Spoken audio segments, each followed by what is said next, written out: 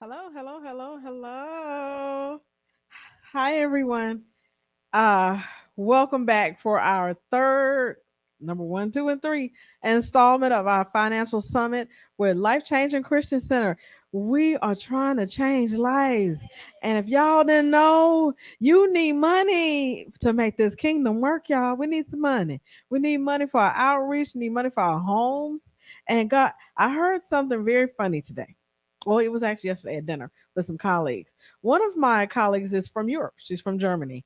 And she was telling me about the thirds that most European people and they think about the thirds in their life. So you have the first third, you have the second third, and you have the third third of your life. And the first one, you have fun. You're a child. You learn things. You do things. You get curious. And then the second one, you build your growth. You are stable citizens. You gain your independence from your family. You set down some roots. Excuse me. You get married. You have children. You get your bank accounts. You find something you love to do and hopefully get paid for it. And that's our second third. And the last third, you retire. You enjoy your life. Whether it go play with your grandkids, travel everywhere, do what you want to do. But often people get to that third and did not plan during that second third of their life, and the last one doesn't look like what you really want. We don't want you to have to, and I've seen this happen, collect a GoMe fund just to bury somebody. You want to make sure you have things put in place to make sure your finances are stable enough that you can do the things you really really want to do. So tonight, amen. You don't plan to fail, you fail to plan, and that's Mama said that, and that's the truth. So tonight we have Mr. Terence Armstead, and Mr. Terence Armstead is going to talk to us about some things as far as like universal life insurances, and he's actually my universal life insurance provider. We set up. He answered all my questions. Lord Jesus, was a whole lot of questions. Mhm. I came to him after I really did see something online, Waka Flocka, the rapper I saw online, talk about it, and I said, "What in the heck did he got?" Then I thought about it. He still has money and don't really do too much of craziness and out there. Then I started looking at a lot of millionaires and other people who have this. And I said, well, I got to get this if they have it. And I was like, maybe it's something way out of my scope. And once I talked to him, I realized this wasn't what I thought it was. This was really attainable for me, and it's attainable for you. And so I want him to answer any of your questions. So we're going to be manning line to make sure that you have any questions. Please answer them. All three of these summits are for you to learn to get your finances in order. So I'm going to turn it over to Terrence, and I absolutely positively know you're going to be in good hands. Like I said, ask questions. He's here to answer them. Let us learn together and have a good evening. Hello, hello, hello. On this side. All right. Everybody doing all right? All right. Well, I'm gonna try to be as informative and relaxed, and we're gonna have a good time. And if at any point in time you got any questions, please don't hesitate to raise your hand, and we kind of stop and pick up on some things. Just a little bit about who I am. My name is Terrence Armstead. I've been in the finance industry in some shape, form, or fashion for around 25 years. I worked in banking. I was a mortgage banker. I've had a couple of small companies, all that stuff that looked like it didn't really attach or go together. But now when I look back, it all kind of came together for such a time as this. So I'm very grateful for what I do, and I love insurance and securities and talking about money. Like I said, my name is Terrence Armstead. My wife's name is Atia. I have three beautiful children. Uh, TJ, Tyler, and Addison. It's a little bit from my education. I went to UAB. I graduated in psychology and sociology, and I also have a master's of divinity from Stanford University, from Beeson Divinity School. Um, just kind of want to share that part with you. I also, and this is gonna sound like it's a little bit of out of turn, out of context, but I always like people to know this. I was going to share with you kind of how I get paid and why my title is what my title is. I am a certified financial advisor, but I don't go by that title where I work. The title that I go off is personal financial representative. And the reason why we use that title versus a financial advisor is that a financial advisor gets paid a fee for services. A personal financial representative, the carriers who I work for, which Lincoln is one of them, they actually pay me for the services I provide, so it doesn't pass the cost on to you all. Um, so that's where how my title and what my title is. So what do I do? I like to say that I help people find money. Um, how do I help people find money? I help people find money where they may be losing money unknowingly and unnecessarily. And without changing their current lifestyle, we figure out ways to fund it because nobody wants to change their current lifestyle. Everybody like the way they live. And what I've noticed, especially in well, not just our community, but what I've noticed is that one of the things that goes away really quickly when money gets tight is insurance because we feel like we don't really even need it. I mean, I had a really challenging conversation today, and I hope the lady ain't on the online watching this, but I had a conversation. Okay, well, I had a really challenging conversation today with a young lady called, and she wanted to get some life insurance for her and five other people in her family. And what a lot of people don't know a lot of stuff about insurance is that the person who she wants to get insurance for initially starting off was her grandmother. Her grandmother is 84 years old. And what we don't realize is you have to apply for insurance. They don't just give you insurance. It's like applying for a credit card. You have to be approved for the insurance. And the grandmother's 84, and the cap is around 75. I found one provider that will go up to 80, but it costs so much to get $5,000, $10,000 worth of insurance. You might do well just to try to put that money in the bank for a couple of years and hope you live that long. And so it's just I'm learning a lot about where people a lot of stuff that people just don't even know about insurance. So it's a real challenge for me to educate because I lead with education on pretty much everything I do. And so what I've discovered in what I do is that people lose money unknowingly and unnecessarily pretty much in five different areas.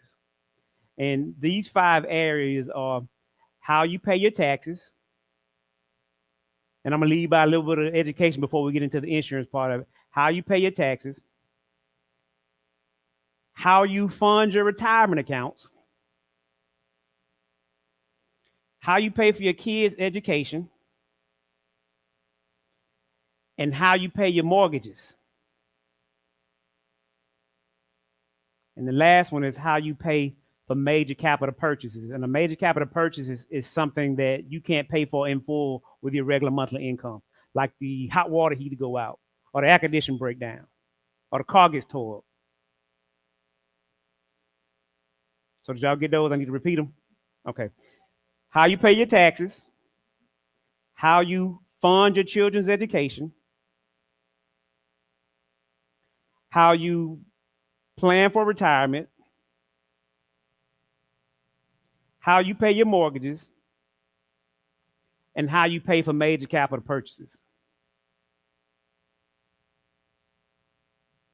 Now my wife ain't online, so I'm gonna pick one of these out real quick, and we're gonna have. So I ain't gotta worry about her arguing back with me.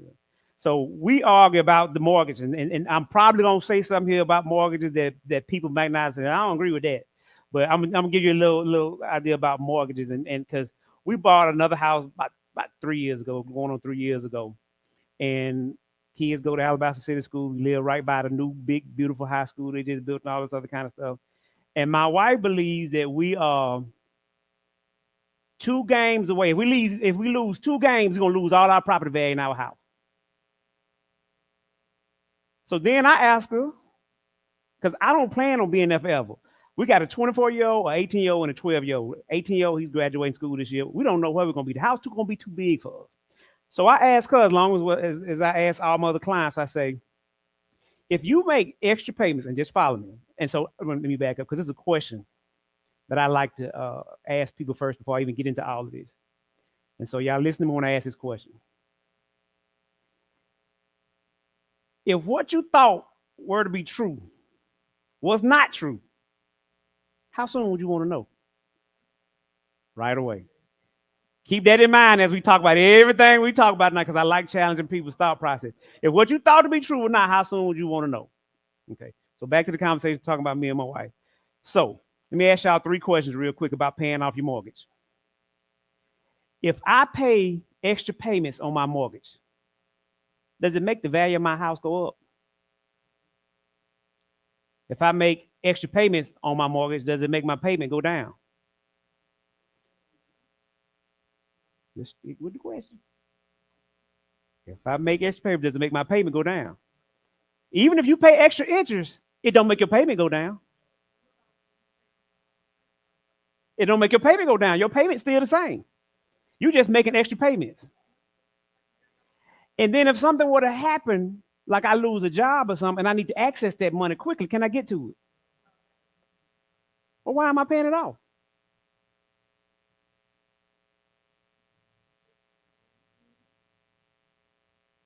You can. What's the difference between a debt and a liability?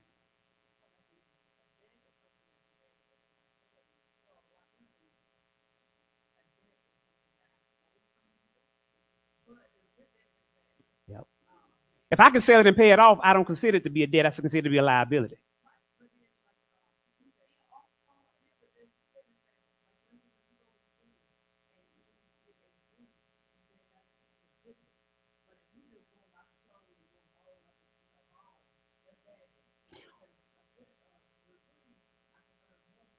Well, let's say this too. Let's go back to the house situation. And we follow my wife. My wife is a very smart woman, but she's a nurse. If somebody bleeding at the house, you fix the blood. I know that I love them, but I say if we talking about somebody bleeding, you handle that. We talking about finance. Stay in your lane. Stay in your lane. Stay in your lane. And so basically, let's go. Let's use her process as her mental process. So let's hurry up and pay the house off. And Thompson High School lose them 2 games, and our property value drop. Your money gone. Interest rates now. Not if you ain't got no job. You just turn your house into a qualified plan like a 401k, where the market trapped and sucked your value out.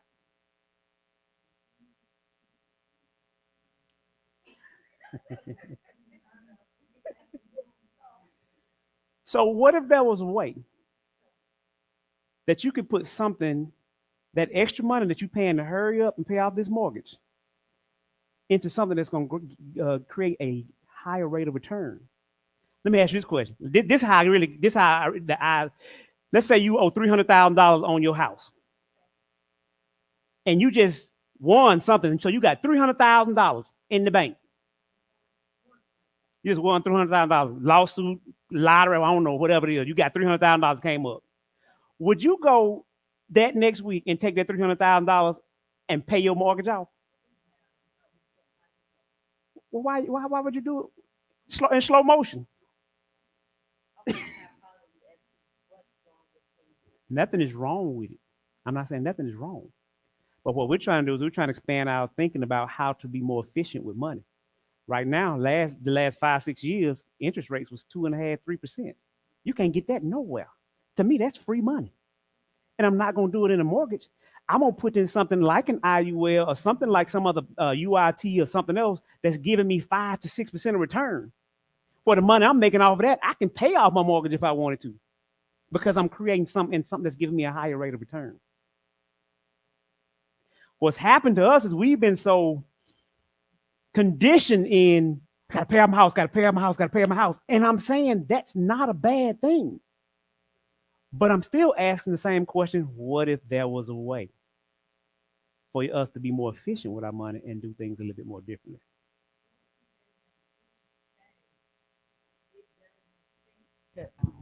What you say it what you're saying, it does make sense because we do try to hurry up and pay this mortgage, but if I guess for us that's not going to be our final destination.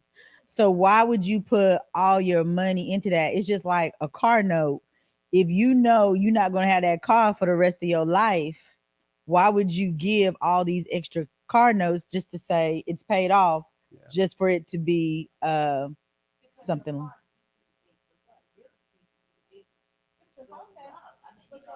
Not all the time.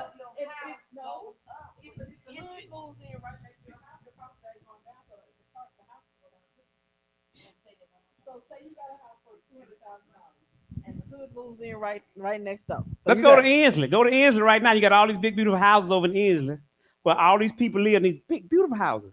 But them people don't live there no more. right, right. Or you got the flip side of what's happening. Because I was in the mortgage business, and I can tell you in all four corners of I bought my first house in Alabama because I was in the real estate business. I ain't know a person in Alabama.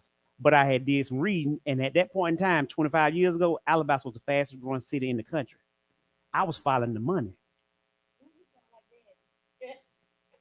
I ain't caring about living out there with them snagging two folks. I was trying to follow the money. Well, that's what Rick Smiley used to say about him all the time. But so that I was trying to find the equity, and I was trying to find a place where it was growing. Because if you looked at it, this is happening right now in Birmingham. Where's everybody going back to? Downtown, Avondale, all these places, and they coming from the outskirts and moving back in. Because we've grown the property value out there, giving them money to come back in and pay cash for everything else. All right. I'm gonna get the insurance. But I'm gonna get the insurance because I just like to look at the whole picture. Okay. So, yep. So what I'm about to do now is I'm about to show y'all something. And like I said, I'm talking from a whole financial picture, not just insurance. And then we're gonna go into what I like to call my 10-minute lesson on life insurance. And then we're really gonna show you how things work and how to maneuver things around. Okay. So y'all see this? All right. So when you look at this, what does this look like to you? Pipes, and water runs through pipes, and money runs through our pockets like water. Plumbing issues, I'm telling you. So, let me see if I can get my screen to act right here. All right, let me get my marker. All right. So, what happens is I call this a personal economic model, and everybody has one. And I'm just show you a little bit about how money works. So just keep this in mind, and we're gonna come back to this at the end of it. So here goes in your income. This tank is the biggest tank on the whole picture. It's your lifetime capital potential. So this represents all the money you're gonna ever make in your entire life. So I ask people, if I could write you a check for that amount of money today, would you spend it differently? Everybody say yes, but I'm representing you that it's the same amount of money, whether you spend it in a weekly, a monthly, or your lifetime basis. So we have to be careful with it on a weekly, a monthly, a lifetime basis. Okay. So it comes in through here, goes through here, and it hits this. See the gold thing in the middle? That's the tax filter. It's bolted on the tank. You're gonna pay the taxes. Goes out through here, through your current lifestyle, and it's going out of here forever. My goal is to try to help people in my most efficient way learn how to push money up into your future lifestyle into either one or these two tanks, preferably both of them. If you notice, this one on this side does not have a lid on it. So money has a tendency to seep out and leak out, and you don't even know it's gone. If I put money in this side, it has a lid, and so money in there is safe. It's not going anywhere. If it were to come out, it's because I took it out. Now, if you have a 401k, your money comes in directly through this top portion, and it goes straight through here directly into this tank, the one with no lid on it. That's going to be very important in a little while. We're going to talk in more detail about that. No, it's not. Hold that question, write that down, because I want you to come back and ask me that question when we get through this other portion, okay? Now, what my goal is to teach us and help us to realize that one day this tank is going to go away. Why is it going to go away? Because you're going to retire. You're not going to have any income no more. We don't even know if Social Security is going to be around. That tank is going to go away.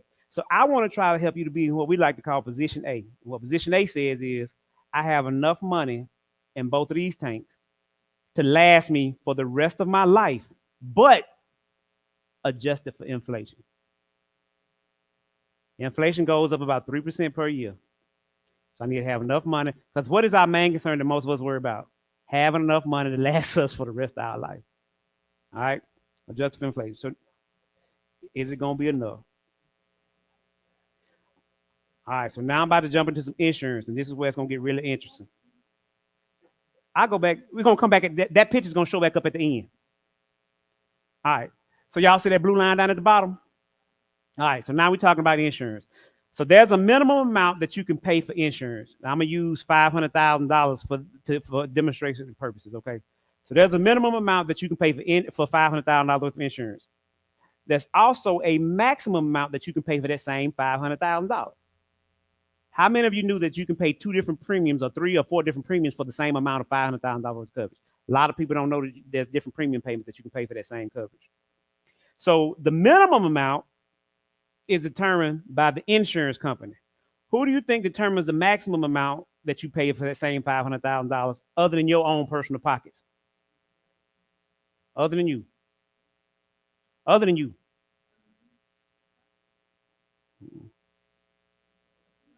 The government.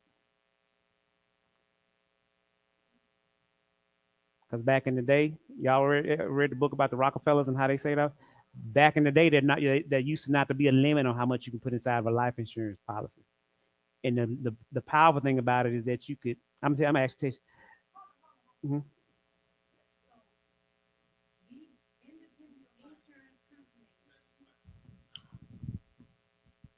The independent insurance company, the premiums is determined by the government, not the company itself.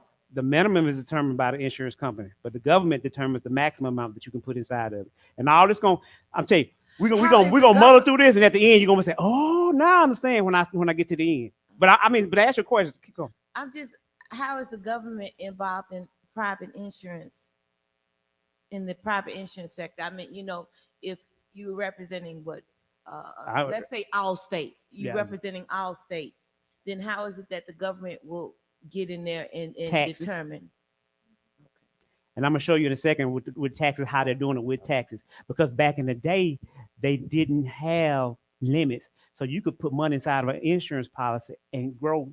Y'all understand how compound interest works? I'll go into that too and kind of explain the rule of 72 here in a minute. But when you can do that and start at an early age and dump money inside of an account that creates compound interest over long periods of time, by the time it flips about the eighth or ninth time, it'll blow your mind how much money is in those accounts. Matter of fact, I'll explain the rule of 72 real quick right now in a real simple example. Say the rule of 72 suggests that I give it like this. Let's say I got $100 in an account. The rule of 72.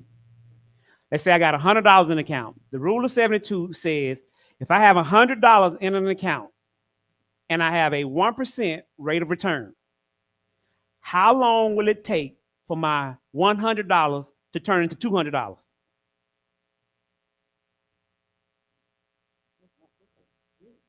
72 years. 1%, yeah.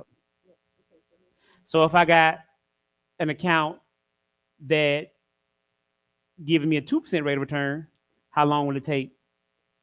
Half of that time. So the higher the interest rate, the quicker your money doubles. But it don't just add, it doubles. So you got $100, and then when that double comes with the higher rate, it goes to $200, and at the next double, it goes to $400. Next double, it goes to $800, and then it goes to $1,600. So by the time you get to the last double, however many times, it's double so many times now, and you really starting to feel the compound interest growing inside of it.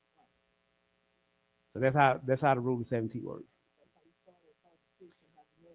That's it.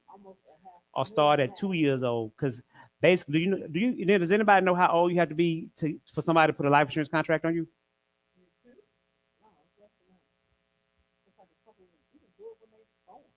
15 days.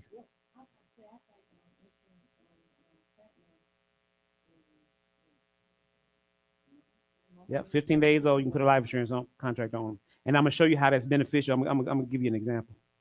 So basically, when you start hearing people talk about whole life, term life, IULs, it's really an infinite product design in between those two blue lines that you can create.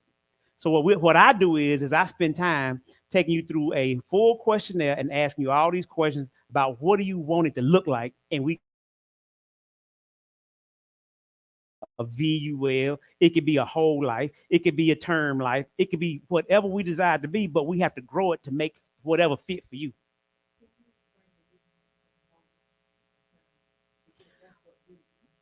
Well, I'm gonna do it this way. I'm gonna give you two things. It's really just two kinds, and then all the others fall underneath these two kinds. And I don't use the word whole life because whole life is what I like to say permanent life. So you got term life, and you have terms 10-year, 15-year, 20-year, and 30-year. And then you have permanent life, and then you got different types of permanent life, and that's where your whole life, VUL, index universal life, all those follow under that. So you got term life and you got permanent life. And you have to figure out which one is going to best fit your needs for what it is that you're trying to accomplish. Because I wouldn't say everybody needs IUL. Some people need VUL. I tell you one of the reasons why a lot of people are getting VULs now, or they're doing some kind of hybrid IUL, is because VUL stands for variable universal life. IUL stands for index universal life. And what ends up happening is that a lot of people don't realize this, but you hear this a lot on the news about the baby boomers. There are so many people that they're saying now, there's so many baby boomers that 2/3 of our baby boomers are going to need long-term care. How you gonna pay for it? Well, then they say, well, I'm just gonna go stay with mama and them or somebody, or my kids or whoever. It still costs. Still got to be paid for. And so that's why I'm really like trying to engage a lot of the baby boomers, like those 55 going into 65, and kind of like helping them think about this, so they can create plans so that they're not burdens on their kids.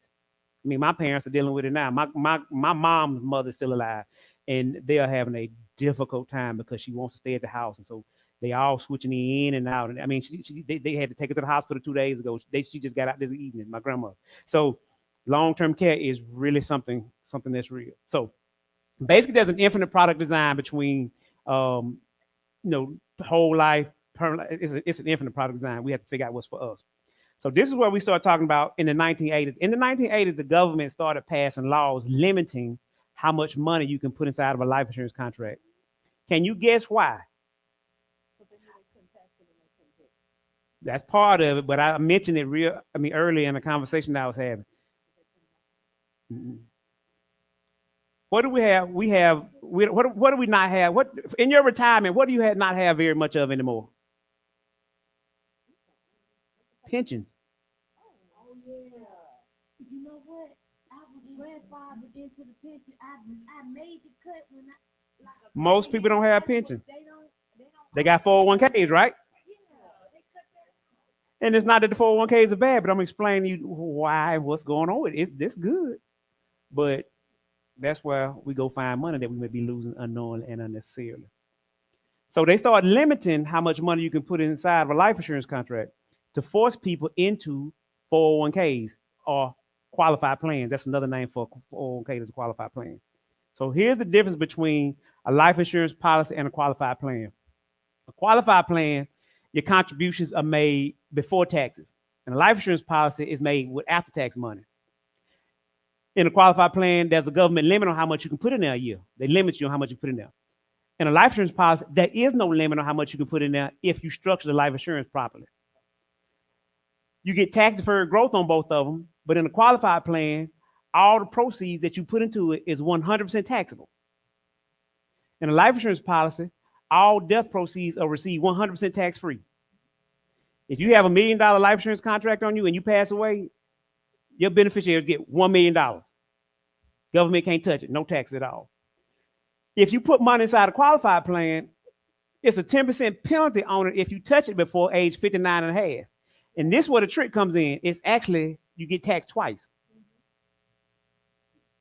So if you got a 401k and at age 40, you decide you're going to take some money out of it, let's say you take $30,000 on it, they're going to tax you 10%.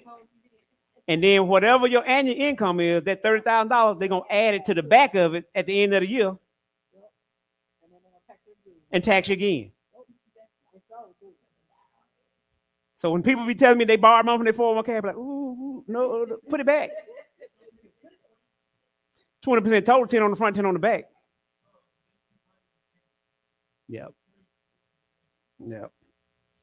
It's crazy. But if you structure a life insurance policy correct, you can access the money through loans. You don't withdraw it, you take a loan against it. because the system don't know that it's still not generating compound interest. But then I can take my 401 and roll it into my UIL, and then it comes out taxable. That's like We gonna get to that. Because every one of those situations might not be the best to do that, but because of what I'm gonna tell you about here in a second. Okay. And this is what I'm gonna tell you about. It call it fancy phrase up at the top, modified endowment contract. We call it in the industry, we call it MEC for short. And what a modified endowment contract basically is saying that in between those blue lines, you can feel as much cash as you want to in between those two lines. But if you put $1 above that top line, it turns into a modified endowment contract, which basically means the money that you grew in it is now taxable again. So what you want to do is you want to create what I like to call a maximum efficient contract. So stuff it as full as you can without putting $1 above it. Okay. You still holding on that Roth question? Because all right. Because we're gonna talk about that. So now, while we're talking about 401ks for the ones that have them, let's talk about what they do. 401ks do two things. They defer the tax, but they also defer the tax calculation. So here's why I asked this question. Not a trick question, but it kind of is. If you had to pay taxes on a handful of seeds that I put in your hand, or you had to pay taxes on the whole big field of harvest that they produce, which one would you rather pay taxes on, the handful of seeds or the whole big field of harvest? The seeds. A 401k is the harvest. Because when you first start out, you ain't got hardly no money. And they ain't bothering you about that money. But when you grow that 401k, they want it when it's in another tax bracket. They want it when you get ready to withdraw it because now they have access to a larger portion of your funds. So it's not that they're not good, but what hurts my heart and scares me is that people will say, I want my retirement to be good. And so my suggestion, this is only my suggestion, only put what the company matches in there because you don't want to give away free money. But I know people that's getting like a 4% match, but they put in 20%. Per pay period, per whatever. Yeah. So they're putting they're maxing out their 401k and putting as much money as the company will allow them to put in there. No, put whatever in that they match. You put in 3%. If they match 8, you put 8. But like I said, I know people that are putting. This is where I find money unknowingly unnecessarily. If you got somebody that's putting in 15% and they matching 8, and you used to putting in 50%, take the other 7% and stuff it in the IUL, stuff it in the UIT, stuff it in the Raw. Because what ends up happening is your money is being exposed to the market. So let's say you going in and you putting all this money in your 401k, and then the market drop. Like right now, my sister-in-law, we're having this conversation. She had to, she's still working the same place, but she had to terminate job. And so what she ended up doing is now we're getting ready to move to 401k, but we had to wait because the market took a downturn, and now you can see it because she ain't connected with the job no more. And so now she's trying to wait for the market to catch back up with it so she can move a larger amount. Because if you're not putting money and contributing money, you're gonna be affected by it a lot more and can feel it.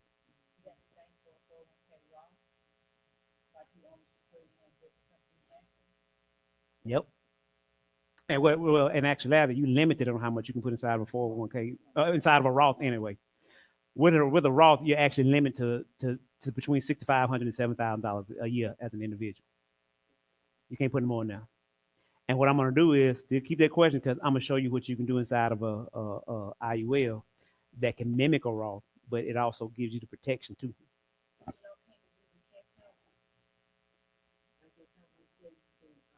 Yeah. Yeah. As long as they matching it, yeah. Yep. All right. So, all right. So let's get back to this. And this is hopefully going to answer some of the questions about it. So let's assume you had that $500,000 worth of coverage. And you can pay $500 annually for $500,000, or you can pay $10,000. Which one of these premiums look the best that you'd rather pay, the $500 or $10,000? That's right. Well, the lowest is what we call term insurance. Term insurance only has one benefit, and that's a death benefit. So it's not that they're not good, but most of the time people get them to cover terms. People get a 30-year term because they got a 30-year mortgage. And in the event something happened in 30 years, it pays the mortgage off. Sometimes they get a 20-year term because they want to make sure that the kids are out of school or something in the event somebody passed away and they can pay for college. So those are they serve purposes for windows of time. The good thing about most term policies is that they're convertible too.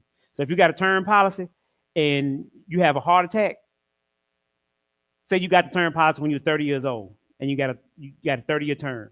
Let's say you have a heart attack at 55. If it has a conversion privilege on it, you can convert that policy over to a permanent policy with no medicals based on the rating that you got when you were at 30. Now your age gonna be still connected with it, but if you got a preferred rating when you were 30, you can get it switched over to a permanent policy at age 55, still with your preferred rating. Most of them. But you have to look and see on your policy if it has the conversion privilege on it. All the ones I sell have conversion privileges on them already. So the lowest premium is called term insurance. And less than 2% of all term policies ever pay out. And it's not that they're not good policies. It's just that most people outlive the terms. Mm-hmm. Your term is 20 years, you live for 25. So what when you get to 19-ish, what is your advice to do? And you realize Look that for another policy and stay in good health because what's going to happen is it's like a term policy, even though they are 30 or 20-year terms, they don't actually end at the end of 20 years. What ends up happening is that in year 21, the premium goes up 10 times the amount. And most people don't want to do that because you're getting all the break on your premium payments. You wouldn't believe, and I don't. I hope y'all laugh when I say it, but I do tell clients this all the time because I get a lot of calls all the time where people call me and say they mad because they got a term policy, and you mean tell me I paid all this money in this term policy and I don't get nothing? I'm like, well, you ain't die. Ain't that, you know what I'm saying? And then I ask them this. I said, you get in your car every day and you drive your car and you don't even question about paying your car insurance. And there's a chance that you're going to get in a wreck. But there's a 100% chance you're going to die. Pay your insurance. I ain't talking about you. Well, not so much the question, the thought process is, what you were talking about, the need for the term, because, and just being simple minded, I just thought that it was ridiculous to get a term policy when it's going to end, and then what? You're left with nothing. Well, the thing about the term But I policies, didn't know you can convert it. So, but the term policies are more cost effective too. But because a lot of them don't pay out, you can get a whole lot more coverage on the term policy. So you may can get a $500,000. I quoted a guy today. He got $1 million. He's 38, 39 years old. He got $1 million 20-year term policy, and he paying $49. Yeah. He got young kids. Because I don't look at insurance as just as a benefit, a death benefit. I look at insurance as a continuation of income. So if I make $50,000 a year, and I done went and got a $50,000 life insurance policy, the question I ask myself, if I die, final expenses are paid for, $15,000, that leaves $35,000 left. How soon will my wife feel the effects of my income not coming in the house no more? That's how I look at it. So oftentimes, I will write a person $100,000 whole life, a permanent life with, and then a larger term just to cover those gaps. And a lot of people don't know this, but there are ways you can set up a life insurance policy where your face amount increases the older you get as you put money into it, where you don't get stuck at $100,000. It adjusts for inflation.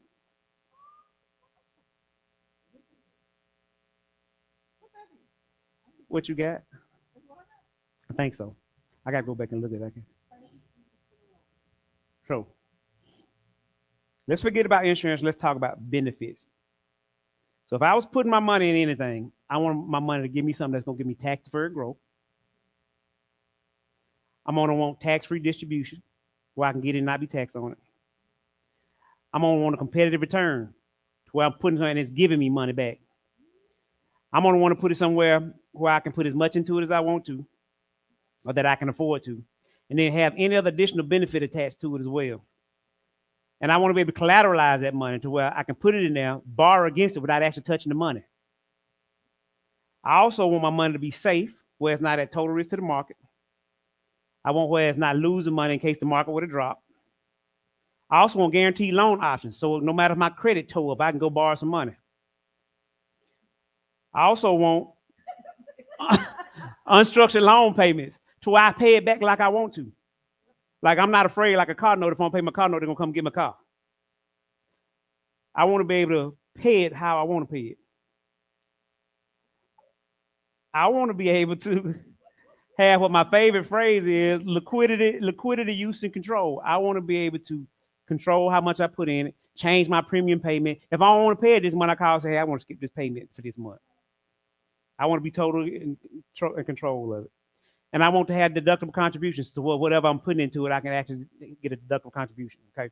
So when I think about life insurance, what really comes to my head is death insurance, because that's what most of the time we think of it as, covering our death.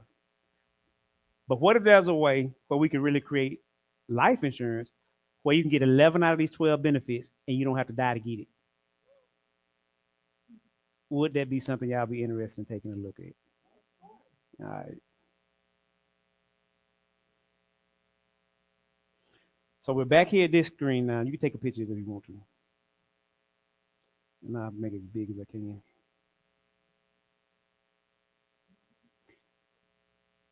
So what I just described, and I'm talking about those 11 out of those 12 benefits, which one of those tanks would you think that would sit in out of those 3 tanks? Hold on, let's go this. Well, she said risk. We're gonna walk through this. We're gonna walk through the risk too. Because remember, they ain't gonna be this one. Because guess what this one's doing? That one's going away every time. Man. All right. So let me ask you this question. See this? What do you think this is right here? Other than loss. Because what happens is that's really not your loss. It is a loss, but it ain't the loss, because when you got it in an investment tank, this is what it's doing right here. As the market's going up and down, so you're losing at the top. So what do you think this is?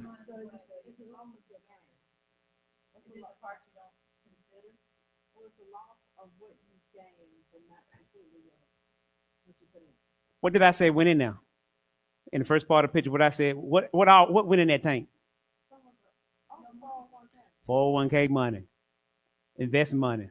So what that red is, taxes. You ain't paid taxes on it yet.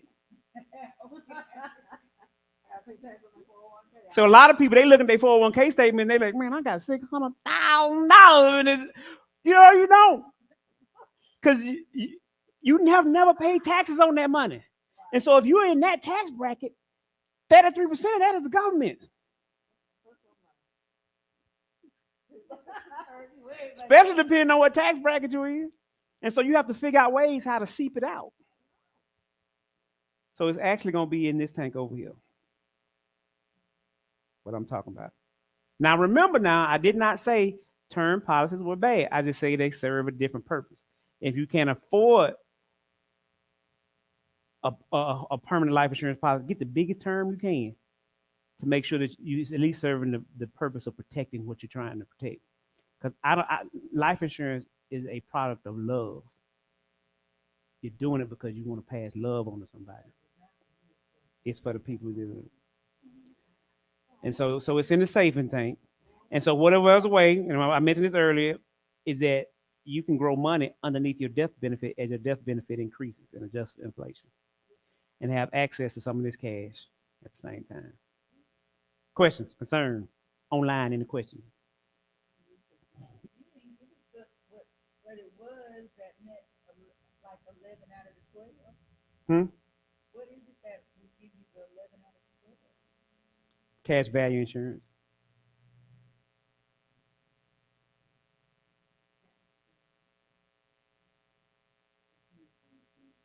tell you about, which could be IUL, could be whole life, could be any of them. It's just how you structure it. So the difference between the state side and this side is that if, say for instance, you pass on, or your husband pass on, you'll have a small handkerchief and got your corner out versus a big handkerchief. And he's mad. Yeah, but then that other one over there will say, while I'm putting money in, if something happens, like he did chicken out, he did this stuff, and I can tap into the safe money over here. This is what you really want it to look like. You want it to look like Like this. you said, I can But live. it's still insurance. See, Yeah, but I can live off my insurance, not just think about it in debt. So that's what he's saying. So I can, if something I'm gonna show you an happens, example here in a minute. So I'm gonna show you an example. I'm gonna create a file. Joe sample. We're gonna start contributing in his file. In his case, at 2 years old, but he never spends the cash value that grows in there. He just let it grow all the way up to 65 years old. Okay, I'm gonna show you how that would look. 'Cause this is what this gets really interesting and good, and I get excited about when I show this part. You said 401k benefit, that includes Roth too? Does not include the Roth. You know, I'm all about this Roth. I guess you tell what I invest in. Yeah. Now Roths are good because what they do is you're paying the taxes on it beforehand. You know that. But what if I can show you a way that you can make you can make your life insurance look like a Roth, but much better? Because a Roth, let me tell you what happens with a Roth. If you don't put money inside of a Roth every year, let's say you start off in year, I'm just at an age, so you start putting money in a Roth at age 25, and then you skip a couple of years, and then you start again. You can't go back in a Roth and fill that space up to catch up with the compound interest. Plus, you don't have a death benefit attached to it too at the same time.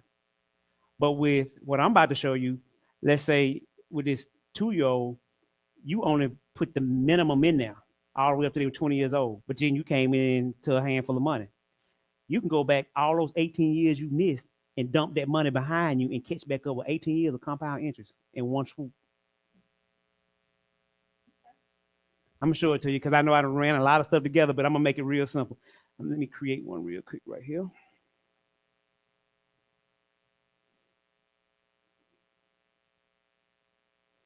Y'all got any other questions while because this may take a minute to pull up.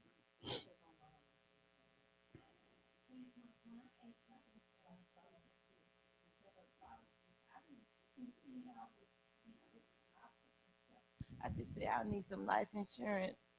I mean, if you don't know what to ask, then is that something you should expect your agent to just explain to you? You should, but a lot of times, Because I just asked, I said, hey, my children need insurance outside of my job. I got a grandbaby now. I need to put life insurance. And so that's what she gave me was life insurance. But this, what you're talking about now makes me think that even with the life insurance that we just took out on little fat mama, that it can be something that can grow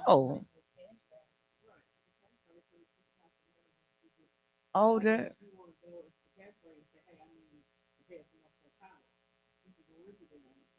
And this is all through insurance. yep. So what I'm gonna do is I'm gonna make him age 2. I mean, and we can go to 50, we can do it, we can create this, but I like to show some people when it's somebody young, so that I don't know. I'm motivated because if I don't even see this, I want the next generation to see it so they can help the next generation. What happens with all that life insurance? You know, sometimes I get stuff in the bank in the mail. Oh, you can. And it's like, All the time she said to pick out her list. but you get it every year. So I don't know if it's even Liberty, they give you $10,000 to open up a policy, to open up a bank account. It's free. $10, yeah, It's $10 a free. month. Yeah, It's it's free. free insurance policy. I don't know. You ain't never heard that? Yeah, I saw it, but I just ain't never looked into it. I stay in my lane with knowing what I know and benefit from. I'll find out for you if I need to, if you need me to, because I don't mind doing a little research. Because I had to find out about the colonial pen stuff. You know, the stuff come on TV late at night, like you can get insurance and guaranteed for $9. That ain't right, is it? No, it ain't right. What they do is like you can actually get insurance, but it's set up in increments like little sections. So what'll happen is you ain't getting. It depends on your age. Like that $9 may get you $1,400 worth of insurance. That ain't nice. I know, and you have to buy these increments to be able to get. So you really have to pay more So than they that to get start off with $9, get your foot wet, to get your and foot then wet. you like, oh, okay, well I need to add another $10. Yep. And then I need another $20. Yep. So what I'm gonna do is all that stuff we were talking about. I'm about to make it make sense in this whole section, and what we're gonna do is we're gonna start off with a coverage amount of $100,000 because with this particular product, that is the minimum that you have to start off with. Now, this where all of those blue lines and stuff. Remember the blue lines on the page where I said the minimum and the maximum? That's where all of this stuff makes sense over here on the far right. Now, see where it says target premium on the far right down here? $1,085, and then it says guideline level is 2353. Or you can pay a monthly minimum. If you pay the monthly minimum, this is going to act just like a term policy, and it's going to run out in about 30 years. Because what happens inside of insurance contracts is that it has this little caveat called the COI, the cost of insurance. And so with each year that you get old, the cost of insurance inside of your policy goes up. I'm getting a lot of calls now from older people who got universal life policies or whole life policies, where when they first set those policies up, they weren't paying enough into the policies. So they were paying like $40. But when they started out, that $40, 10 of it was going to the cost of insurance, and $30 was going into the pot for the insurance value. Then when they got to be 60, they got this pocket of money over there, but now it costs $60 to fund that life insurance policy, but you still was paying 40. So now $20 is coming out the pot all the time. And so now your policy ain't gonna last long as you need it to last because it done pulled all the money out the pot. So then they don't have any money when they get ready to, like, say your term is at 30 years, and you 30 is 80 at 80 years old, you live at 85.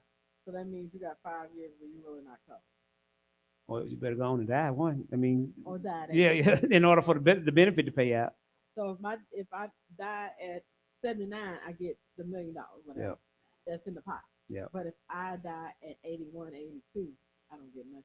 Nope. And I'm gonna show you how all that But works in a I've paid second. into it all my life. Yeah. But you wasn't paying enough. It's almost like a seesaw. So when you were young, most of the money was going to the cash value side, but it wasn't enough to make it last. And then when you got to be older, the cost of insurance went up in it, and it started pulling money from that side to pay the coverage. And then you had nothing for your child. See, it may be $100,000 policy, but it may have only built $6,000 worth of cash value. And when it gets up in their 80s and it pulls away from that $6,000 really quick because every year, yeah, it's not enough in there. Huh? Huh? You got the money.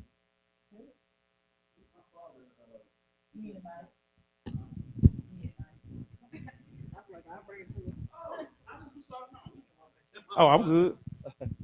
No, my father just unfortunately he passed New Year's of last year. Mhm. I mean, well, last year, this year. But my mother had we had the insurance, but she had something that apparently all of my family had it, some medical assistant type.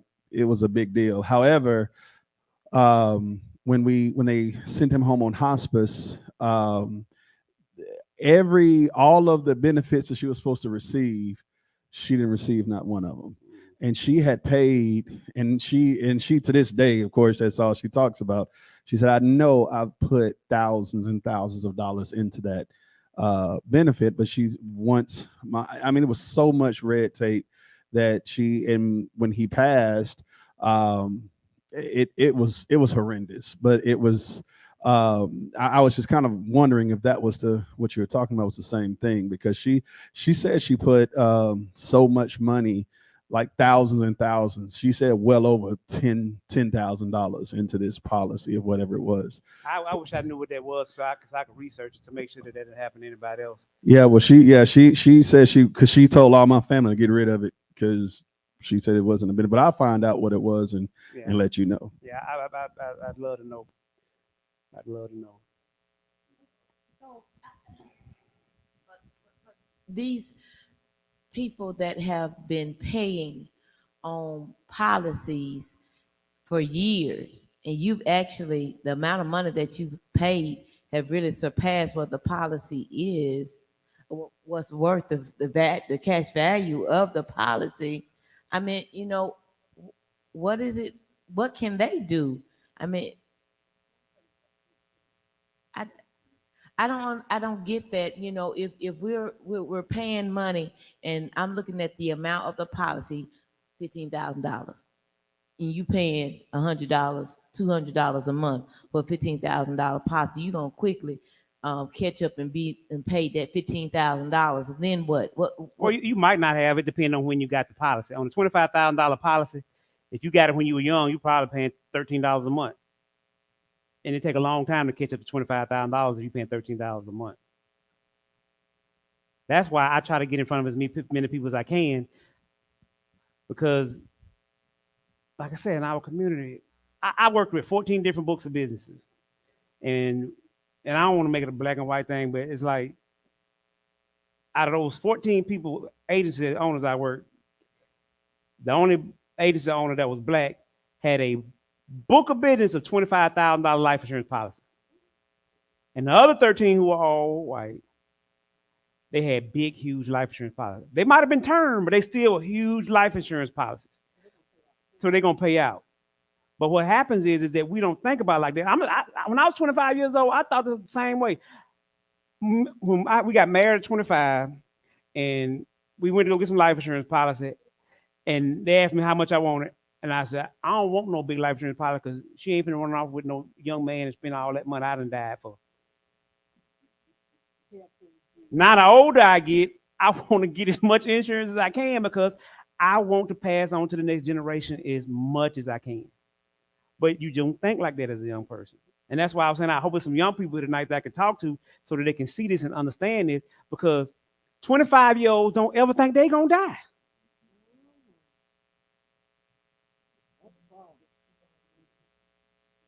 But like my granddad says, people dying now ain't never died before.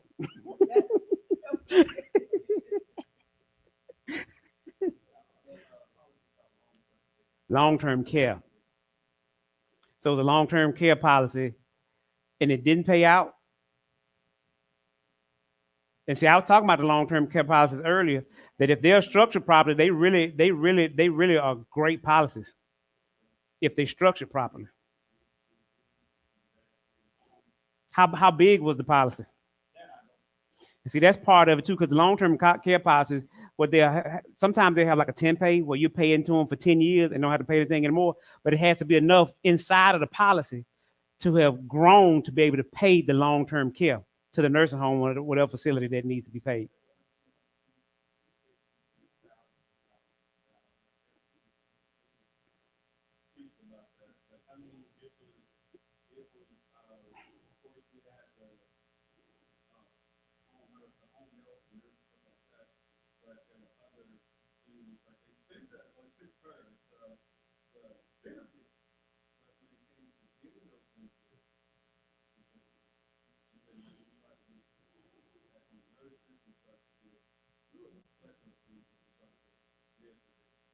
Yeah, and that's why I try to lead with as much information, education I possibly can, so people can be most informed as to what they are getting.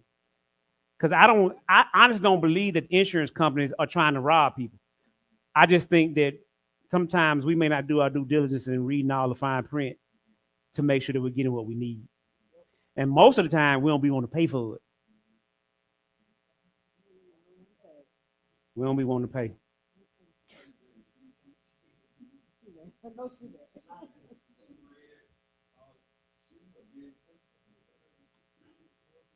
Yes, yeah. Yeah, I know. Yeah, I know a lot of people. They love Dave Ramsey. Y'all Dave Ramsey folks.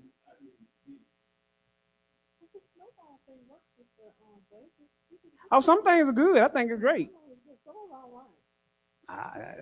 Yeah, I'm drinking a little bit.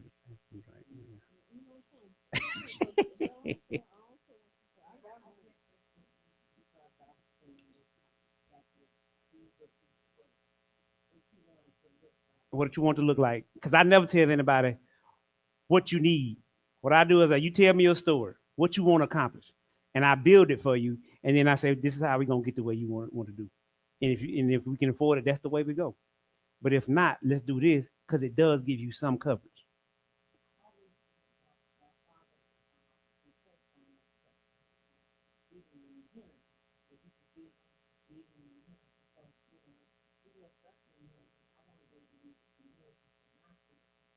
Understood. Me too.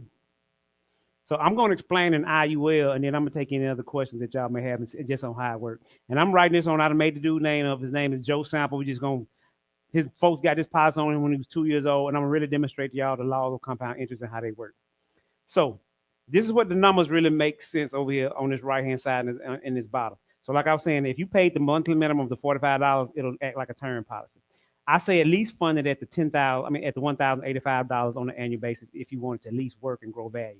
But this is your MEC limit. Remember I said the MEC limit? So you don't want to put $1 above that. So somebody take 2353 and divide that by 12 for me.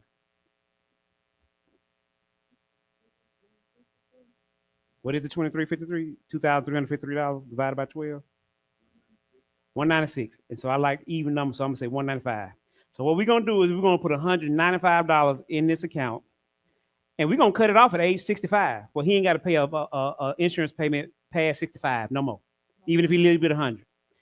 Not only are we gonna cut off at age 65, but if he hadn't spent any of that money, I'm gonna set up where he's gonna draw down some money from age 66 through age 95. Tax-free money, because he already paid taxes on it, remember? So what we're gonna do is we're gonna go over here and we're gonna set it up as a loan, not as a withdrawal. We're gonna set it up and we're gonna solve for cash value, and we're gonna kick money down from age 66 to age 95. Now,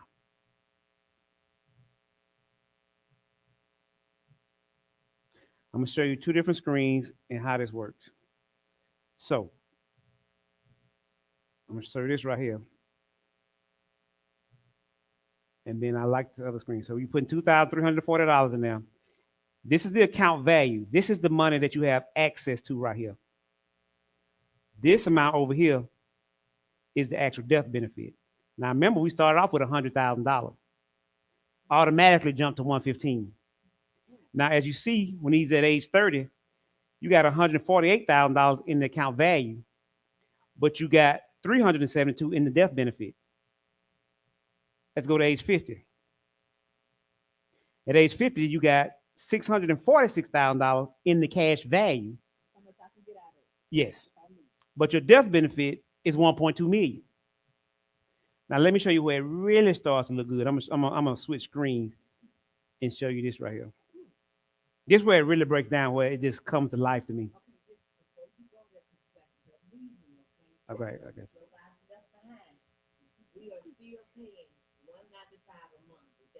$195 a month till age 65. Or what you do is you do like I'm gonna do. When they get a job, here your $195 payment. And I showed you what it's gonna do for you.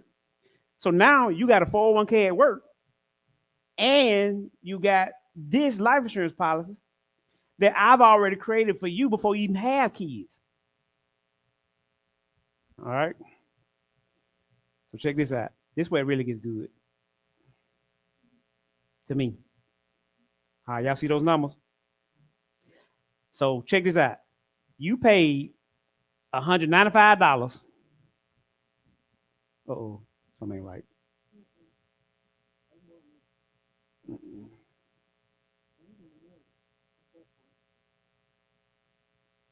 Sometimes I ain't got all my screens if I get mixed up on. No, I didn't take this out. This is supposed to be cut off at 65. There we go.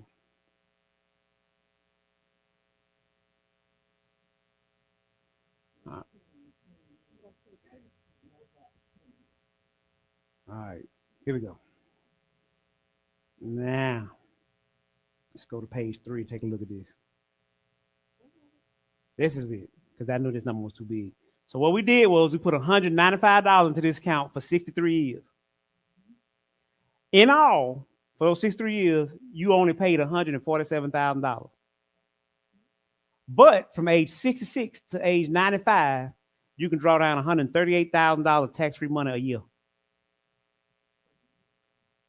Tax-free. So remember, it's more than that because you already paid the taxes on the seed. You ain't got to pay taxes on the harvest. And then if you look forward to these numbers at the far right, on the right-hand side, your life expectancy is to age 85. And even if you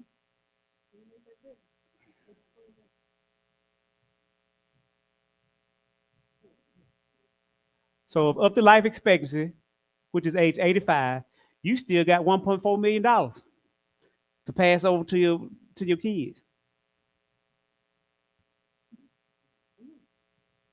And you never run out of money. Even if you live to be 121, you still got $510,000 still sitting there. But the actuaries consider you dead at 100 anyways. You live $100, they'll write you a check and take the money and go. And that's after you stop paying 65. Yeah, you ain't paying no more at 65. If you had to pay past 65, you would have even more money in there. When you start drawing at 65, each year I take you some money out of each year you take $138,000 based on it.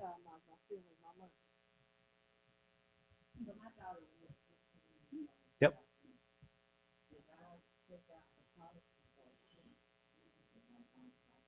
Yeah, I mean, let's do the numbers so you can see what it looks like. We can do this right here.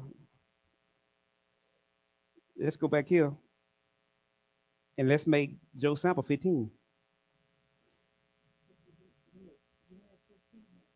But we're gonna make him a female. So this is where the MEC limits change. This is where the numbers change interchangeably inside of the illustration. So what happens now is that the monthly minimum is $33.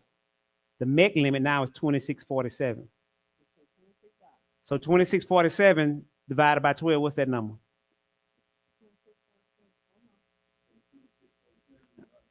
Yep. So to max that out, you will put $220 in that account.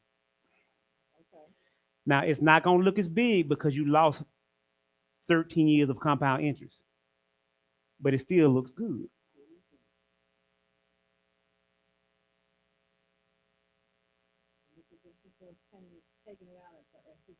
Started taking it out at 65. So let's see what that look like. It still look good now because you're still starting it early.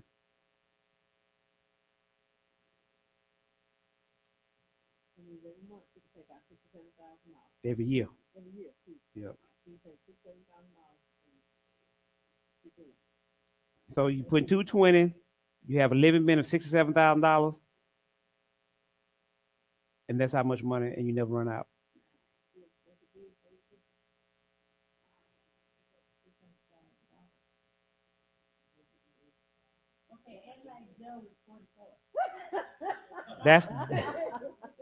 That's why we change things up, and there's different things that we do.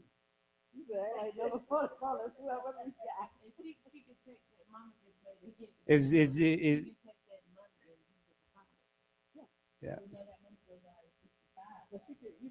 You can this is where you have liquidity user control. You don't have to turn it off at 65. You can turn it on at 50. I mean, but your drawdown at the end is going to be smaller because it depends on how many years you put it in to get the compound interest.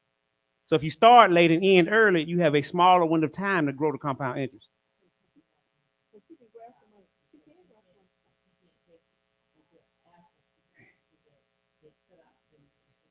So let's turn Joe to a 44-year-old female. You can take it to 40.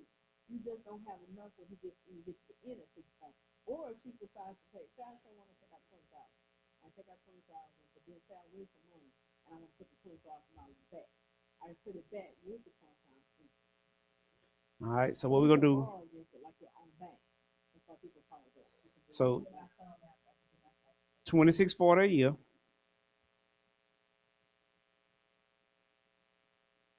So by the time you get 65, you got $88,000 in there. Well, this is what you do. If you want to put more money in there, instead of putting all that extra 10% that you put in your 401k, you come back over here and you change your face amount. So this way you get the maximum benefit versus if you was putting it inside of a Roth. So right now, you close to that maximum Roth amount. Because remember I said you can put 6,500, 7,000. Right here, you at 55 for your limit. If you wanted to be able to put as much money in there as you can, what you do is you change your coverage amount to 250 or whatever number. And then what it does is that increases your MEC limit. So now you can put up to $13,000 in there a year.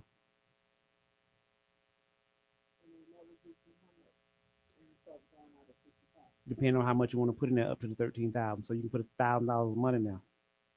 So if you put $1,000 of money now, put it inside of here, because now you have the death benefit coverage that's growing, and you also have the money that you have access to. So what ends up happening here is now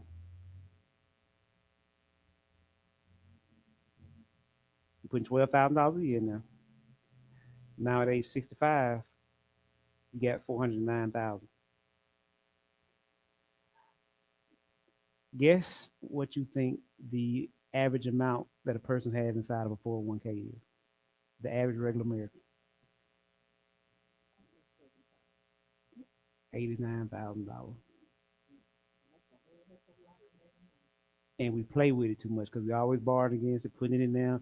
We don't put enough. We don't take, and we yeah. Oh, Roth is good.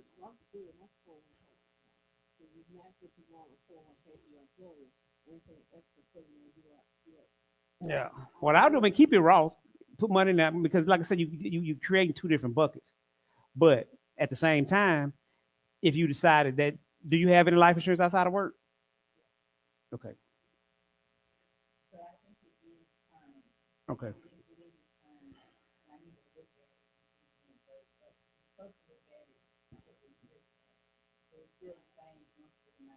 Okay.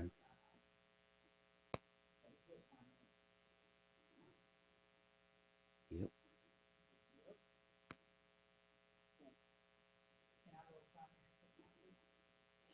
Prime term policies don't have any cash value for you to roll into. They only do that they set for a term.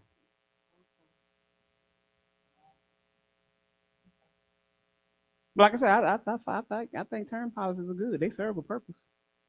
You can get a higher face amount in the event something were to happen.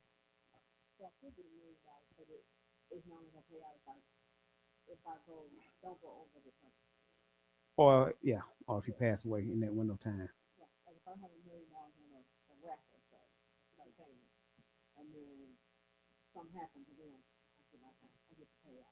Yep. So that's how the IULs work. What I get a lot of people calling me, want me to explain this because they didn't watch the 13-minute TikTok, and they think that because they done started a IUL, they think that they have access. Like say if you got $100,000 IUL, they think that because I started the IUL, I got access to the whole $100,000 face amount can draw down. Ain't nothing in there. And so they're being misled on information because it takes time. This is not a get rich thing. This is a part of a financial picture. 65, 70, whenever you want to cut it off. Yes. Yeah. It's like I said, you have to qualify for it.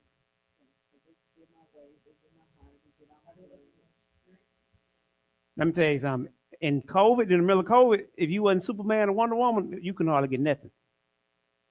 But since then, they've loosened it back up again, and they have. Matter of fact, there's another policy now that is not an IUL. It's an IUL, but let me show you something else that you can do. If you're not as concerned about the death benefit growing underneath the policy, what you can do is you can come back. Oh, it didn't kick me off now. You can go in here and you can change this portion. No, you can change this where your death benefit is level. And so when it's level, you can grow cash value faster, but your death benefit isn't growing. So your death benefit stays the same, but it's not adjusting for Yeah, you have more space for money in there because you're not because your face amount ain't growing. Yeah. Yep. Okay.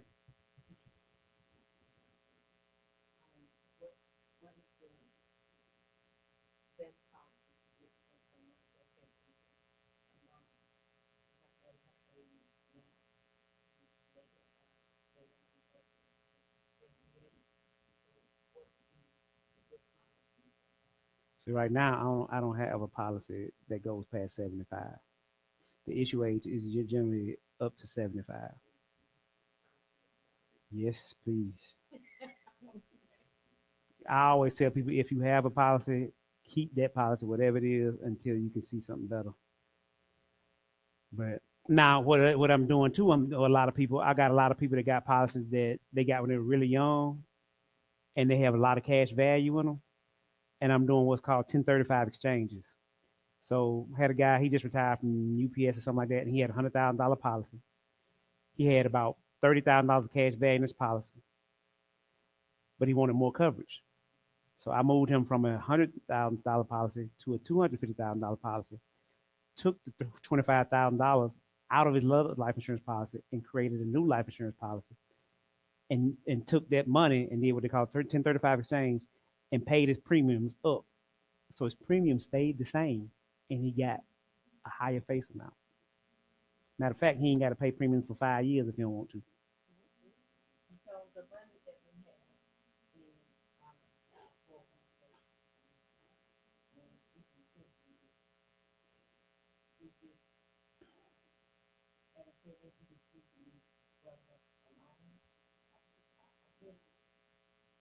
What I say is each situation is different. This is information, but we have to. No, I don't call insurance an investment. Some people do, but I don't like using the word. Some people call it an investment. I don't like to call it an investment. It's protection that has the possibility of growing you cash value and protecting you at the same time. It's not a true investment. A true investment, what's so powerful about IULs is the index part, index universal life. So what ends up happening is that if you that cash value that you grow inside of the policy, if the market goes to nothing, goes to zero, whatever principal balance that you have in the account is yours. You don't lose. You-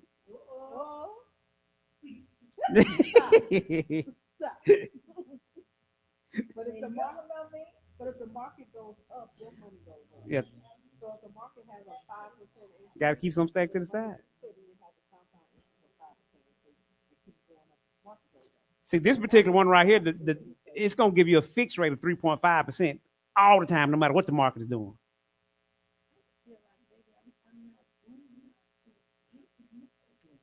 I know, but don't feel bad because let me tell you something. Every time I get his presentation, I don't care how old they are, everybody said the same thing. And that's why I tried in the beginning for us to kind of change our thinking towards not just towards us, but towards our children's children.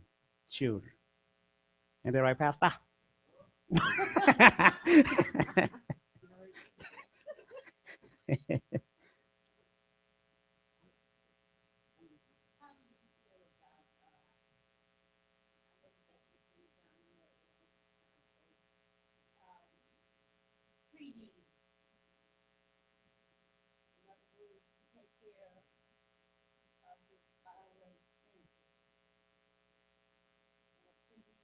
Mm-hmm.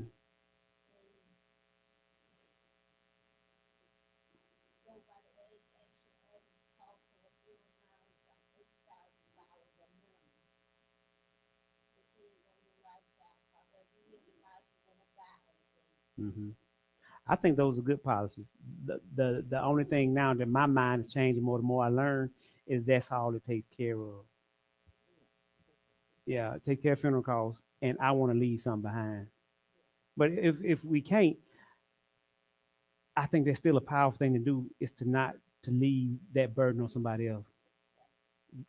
I don't. If I was to pass away, don't be trying to do no GoFundMe account, and don't lean me up against no tree. If I pass away, don't bring my wife no chicken. I want the insurance company bringing her a check.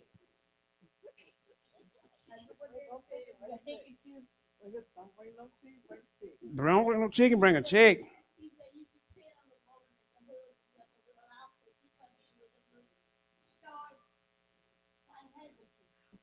And she just hit the corners.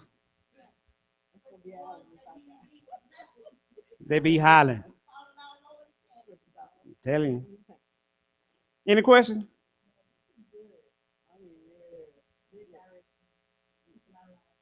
Yeah, people online, they still there.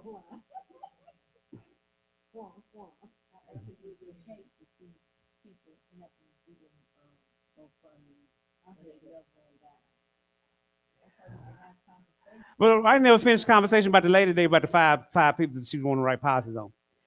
So she comes in, she talking to me, and her grandmother's 84, and then all these other people, 39, 19 years old, 23 years old, all this stuff. The thing is, she takes care of the grandmother. I really empathize with her, but she takes care of the grandmother. And so she gets $300 or some amount of money to be able to take care of the grandmother.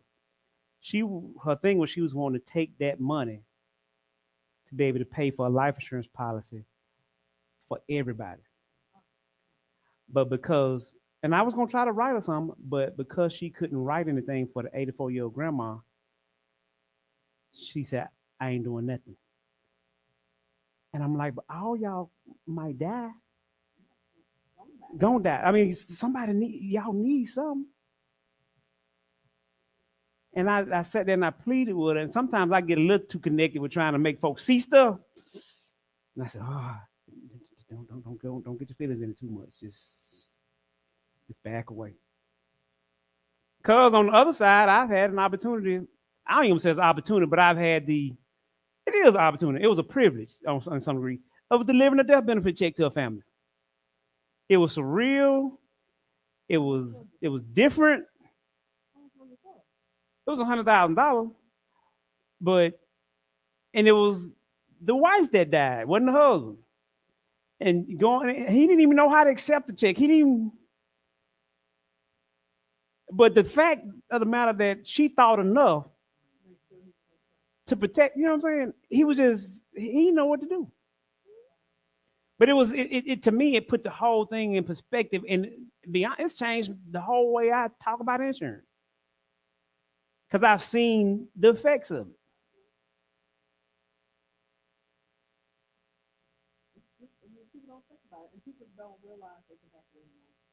It can happen any moment. And so I don't care if you got to get you a $25,000 policy or $250,000. Get something. Because it's in your best interest to have some stuff set up so that you don't leave that burden on nobody. So, I don't. You really can take me and lean me up against the tree outside.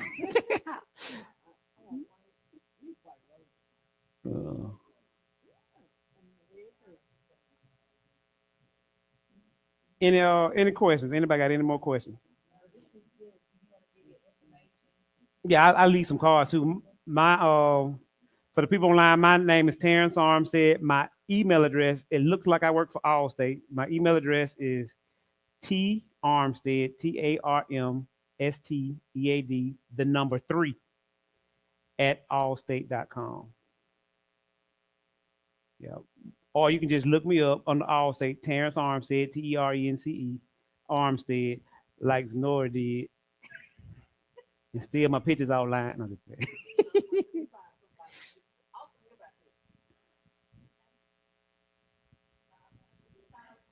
Well, we thank you, Terence, for coming out, and we thank those who are online. You should have been here. You had snacks and everything, but we truly do thank you. And I forgot. Hold on. Since we talking about money, I get an honorarium. I ain't even preach. Make sure I give you a little money. No. It's just a little money token. I appreciate thank you for your. You have to do that. Time. You have to do that. Oh, yes, I do. I thank Thank you No, for I that. appreciate it. But for those who are online, you got his information. Those here, you got your information, and get in touch with my boy to get your money, figure out your life. And as we do in Life Changers, we like to change lives. So make sure you got your life secure for your loved ones before you leave. Yeah. And thank you guys for being with us. Good night. Good night. Thank you, man.